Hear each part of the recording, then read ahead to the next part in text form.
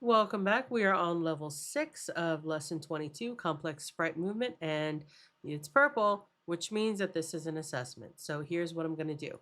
I will read the directions. I will even read the code for you because it's not that much.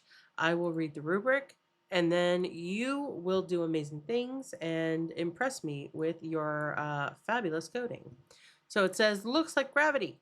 Uh-oh, the rock is thrown in the air, but it never falls back down. Right now it looks like this. Oh no. Okay, we're waiting for it to fall back down. Nope, it's gone. All right. So do this. Add code to make the rock slow down and then fall. Try different numbers in your counter pattern to see what you like the best. All right. So that's what you're supposed to do. It gives you a beautiful comment right here that tells you exactly where you should be putting your code. Up here on lines 1 and 2 are creating the rock and getting it set up. Line 3 is getting the velocity going, so the rock is starting to move upward. And then the rotation speed, so the rock is actually rotating as it rises up. All right, so that's what lines 1 through 4 do.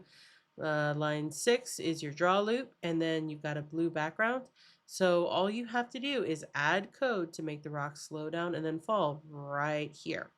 All right.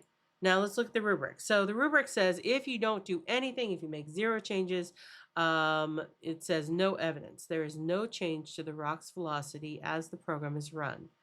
Next comes limited evidence. So we're going to close that because that's not going to be any of you guys. You're going to do better than that. So it says limited evidence.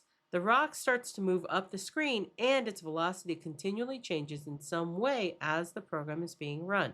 So something is happening, and that will give you limited evidence. Convincing evidence. The rock sprite slows as it goes up the screen, then starts to fall back down, speeding up as it falls. So it's moving up and then slows and then starts to come down and gets faster as it goes. That'll get you a convincing evidence. And last but not least, your 100, your A plus, your extensive evidence. The rock sprite slows as it goes up the screen, then starts to fall back down, speeding up as it falls. The rock reaches a reasonable height, and there are no extra blocks of code. So if you can do all that, you've earned yourself 100. All right.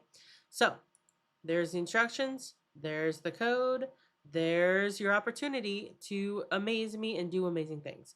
So with that, I'm going to click finish, and I will see you on the other side.